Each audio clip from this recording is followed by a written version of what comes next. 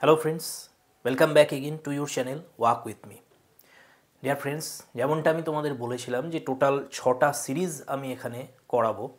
তো তার মধ্যে 4টে সিরিজ তো অলরেডি আমরা করছি, 3টে চলছিল। আগের দিন আরও একটা সিরিজ স্টার্ট করেছি আমরা, interview series, lecture demonstration series, Google Meet series. এই 3টে সিরিজ তো আমরা শুধুমাত্র এসএলএসটি ইন্টারভিউটাকে টার্গেট করে করেছি। আর আগের ক্লাসে আমরা আর একটা সিরিজ স্টার্ট করেছি, ডেসক্রিপটিভ ইংলিশ সিরিজ। সমস্ত কম্পিটিটিভ এক্সাম যেখানে ডেসক্রিপটিভ ইংলিশ থাকে সেই উদ্দেশ্যে সেটাকে স্টার্ট করেছি। আর আজ আমরা 5 নম্বর সিরিজ আমাদের শুরু করতে চলেছি, কম্বাইন্ড ইংলিশ সিরিজ। সমস্ত কম্পিটিটিভ পরীক্ষা যেখানে ইংলিশ থেকে কোয়েশ্চেন আসে তার জন্য এই সিরিজটা।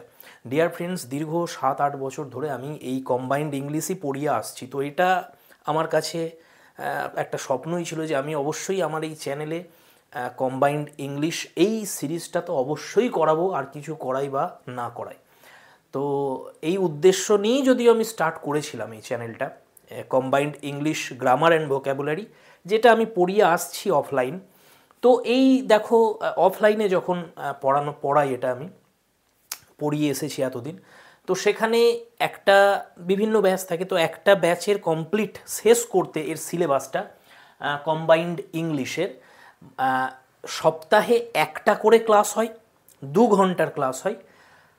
মিনিমাম 8 থেকে 9 মাস টাইম লাগে, 10 মাস হলে খুব ভালো হয় এই পুরো সিলেবাসটাকে কমপ্লিট করার জন্য।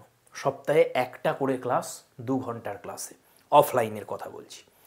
তো সেই সিরিজটাই আমি করতে চলেছি এখানে তোমাদের আমার এই চ্যানেলে। তো ডিয়ার ফ্রেন্ডস, আজ ক্লাস নাম্বার 1। আর প্রথম ক্লাসে যে সিরিজে আমি করাই সেখানে সিলেবাসটা বলি। তো যেমন ডেসক্রিপটিভ ইংলিশও তোমরা দেখেছো, ক্লাস নাম্বার 1-এ আমি সিলেবাসটা বলেছি। তেমনই আজকে আমাদের এই যে সিরিজটা শুরু হতে চলেছে কম্বাইন্ড ইংলিশ, এর কমপ্লিট সিলেবাস আমি তোমাদের এখানে বলে দেব। টোটাল 30টা চ্যাপ্টার আমাদের করাতে হয় এই সিরিজটাতে। তো সেটা আমি তোমাদের করাবো। এই সিরিজটা প্রত্যেকের জন্য, যারা কম্পিটিটিভ এক্সাম দাও সবার জন্য এটা উপকারী হবে। যে কোনো পরীক্ষা সামনে তো দেখো, তোমাদের গ্রুপ সি যারা দেবে, গ্রুপ ডিটাতে ইংলিশ নেই, কিন্তু গ্রুপ সি যদি দাও সেখানে তো ইংলিশ গ্রামার থাকছেই, এটা একটা ইম্পর্টেন্ট তোমার রোল প্লে করবে। আপার প্রাইমারিতেও সমস্ত জায়গাতে, সমস্ত এক্সামে ইংলিশ তো থাকেই। তো সেই কম্পিটিটিভ ইংলিশের এই সিরিজটা হতে চলেছে। তো সকলে অবশ্যই দেখবে আর অবশ্যই শেয়ার করে দেবে।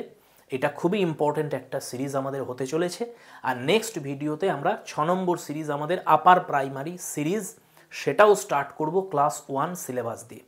তো অবশ্যই দেখতে থাকবে। তোমাদের ইন্টারেস্ট কি কমে আসছে নাকি?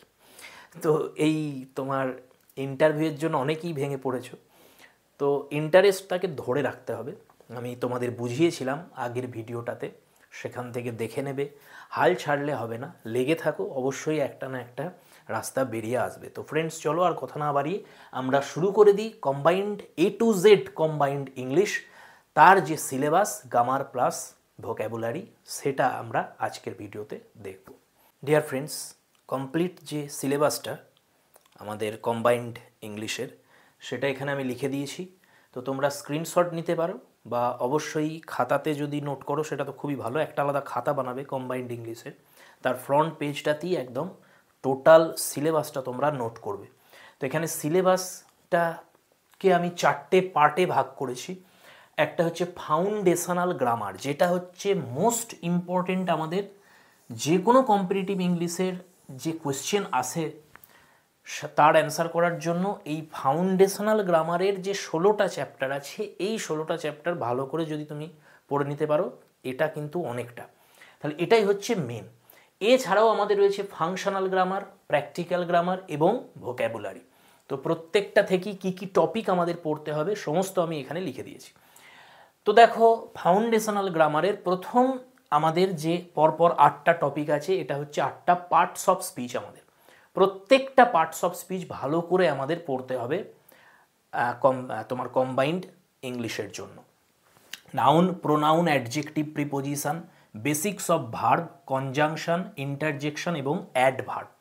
প্রত্যেকটা চ্যাপ্টার আমি ধরে ধরে করাবো, একটা চ্যাপ্টার থেকে 5টা 6টা 7টা, কোনো কোনো চ্যাপ্টার থেকে 2টো, এইভাবে পার্ট হিসেবে আসবে, মানে ভিডিও। যেমন নাউন ধরলাম, নাউন থেকেই হয়তো দেখলে 10টা ভিডিও হয়ে গেল। আবার যখন দেখবে যে আমি অ্যাডভার্ব ধরেছি, সেখান থেকে হয়তো 2টো ভিডিও বা 3টেতেই শেষ হয়ে গেল। তো এইভাবে আমি কিন্তু করাবো এগুলো। তাহলে এগুলো এক একটা চ্যাপ্টারের নাম হয়ে যাচ্ছে আমাদের। 8টা হয়ে গেল পার্টস অফ স্পিচ। এর সাথে সাথে আমাদের ফাউন্ডেশনাল গ্রামারে টেন্স করতে হবে, নন ফাইনাইট ভার্বস করতে হবে, অর্থাৎ জিরান্ড, পার্টিসিপল এবং ইনফিনিটিভ। সাবজেক্ট ভার্ব এগ্রিমেন্ট করতে হবে, খুব ইম্পর্টেন্ট একটা chapter subject verb agreement. Modal verb, tag question, mood, articles এবং সুপারফ্লুয়াস অ্যান্ড কলোকেশন। এই 16টা চ্যাপ্টার আমাদের ফাউন্ডেশনাল গ্রামারে থাকছে। এবার চলে আসি আমরা ফাংশনাল গ্রামার। এখানে 3টে চ্যাপ্টার আমাদের করতে হবে, ভয়েস, ন্যারেশন এবং ট্রান্সফরমেশন। সমস্ত কম্পিটিটিভ পরীক্ষাতে আসে না এগুলো, কিন্তু কিছু স্পেসিফিক পরীক্ষা আছে, সেই পরীক্ষাতে কিন্তু কখনো কোনোটাতে ভয়েস আসে, কোনোটাই ন্যারেশন আসে, কোনোটাই দুটো একটা করে ট্রান্সফরমেশনও দিয়ে দেয়। সেগুলো স্পেসিফিক এক্সামের ক্ষেত্রে, সব পরীক্ষাতে নয়। তো এবারে এই যে 3 নম্বর ট্রান্সফরমেশন যেটা করেছি, এই ট্রান্সফরমেশনটা আবার 6টা আলাদা টাইপ আছে। প্রথম হচ্ছে সিম্পল কমপ্লেক্স কম্পাউন্ড, এটা থেকে প্রশ্ন আসতে পারে। অ্যাসার্টিভ থেকে ইন্টারোগেটিভ এবং ভাইস ভার্সা, ইন্টারোগেটিভ থেকে অ্যাসার্টিভ, এটা একটা টাইপ হতে পারে। অ্যাসার্টিভ থেকে এক্সক্লামেটারি, এক্সক্লামেটারি থেকে অ্যাসার্টিভ, এটা একটা টাইপ হতে পারে। অ্যাফার্মেটিভ থেকে নেগেটিভ, নেগেটিভ থেকে অ্যাফার্মেটিভ, এটা একটা টাইপ হতে পারে। ডিগ্রি চেঞ্জ একটা টাইপ হতে পারে। আর জয়েনিংটাকেও আমি এর ভিতরেই রেখে দিয়েছি, যদিও এটাকে আলাদা লেখা উচিত ছিল, কিন্তু এখানেই আমি দিয়ে দিয়েছি। তো এই যে 6টা টাইপ, এটা 6টা হচ্ছে ট্রান্সফরমেশনের আন্ডারে আমি রেখেছি। এইগুলো কিন্তু প্রথম দিকে আমি করাবো না, আগে আমি ফাউন্ডেশনাল গ্রামার শেষ করব, তারপরে এগুলোতে আসবো। কারণ সব পরীক্ষাতে আসে না, কিছু মানে বাছাই করা কয়েকটা পরীক্ষাতে এখান থেকে 2টো একটা করে প্রশ্ন আসে। ডিয়ার ফ্রেন্ডস, এবার আমরা আসি প্র্যাকটিক্যাল গ্রামার। এখানে 3টে চ্যাপ্টার আছে, আমাদের জাম্বল করতে হয়। এই জাম্বলকে রিঅ্যারেঞ্জমেন্টও বলা হয়। এটা 2 ধরনের হয়, সেন্টেন্স রিঅ্যারেঞ্জমেন্ট এবং প্যারাগ্রাফ রিঅ্যারেঞ্জমেন্ট। এই দুটোর মধ্যে আবার আলাদা আলাদা টাইপ করে প্রশ্ন আসে। একে পিকিউআরএসও বলে, এবিসিডিও বলে, 1 2 3 4ও বলে, অনেক রকমভাবে প্রশ্নটা আসে।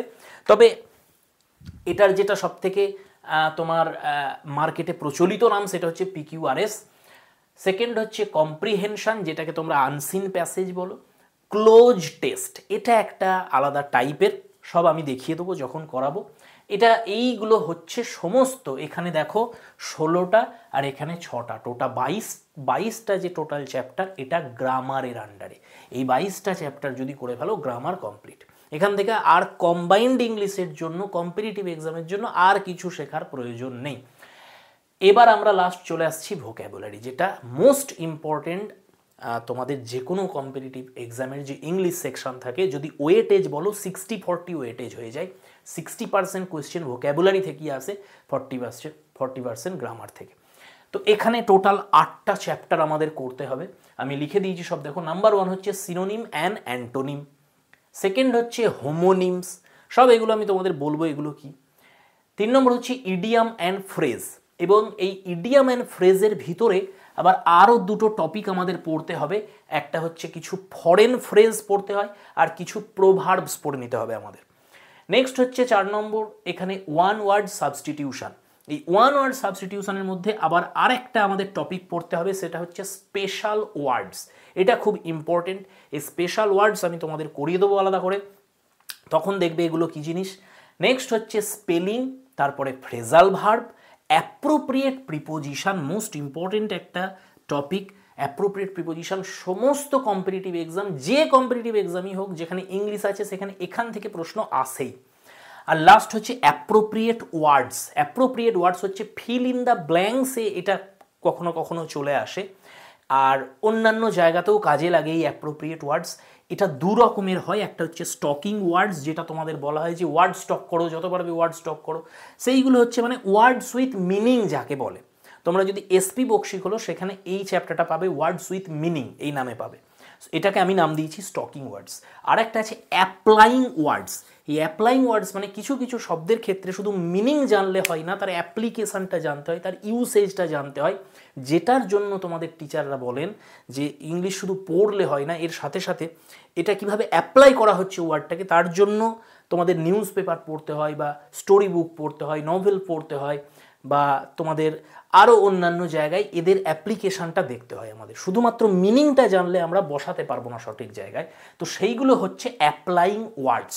তো এই দুটোকে রেখেছি আমি অ্যাপ্রোপ্রিয়েট ওয়ার্ডস এই চ্যাপ্টারের আন্ডারে। এই 8টা হচ্ছে ভোকাবুলারি। তো এদিকে 22টা গ্রামার, 8টা ভোকাবুলারি, টোটাল 30টা চ্যাপ্টার। এই 30 চ্যাপ্টার্স যদি করে ফেলো, এইটাই হচ্ছে complete A to Z combined ইংলিশের টপিকস। এর বাইরে আর কিছু পড়ার প্রয়োজন নেই, এর মধ্যে সব কিছু এসে যাবে। তো ডিয়ার ফ্রেন্ডস, আমি তোমাদের বলেই দিলাম যে অফলাইনে যদি করানো হয় এটা কম করে 8 থেকে 9 মাস তো লাগেই।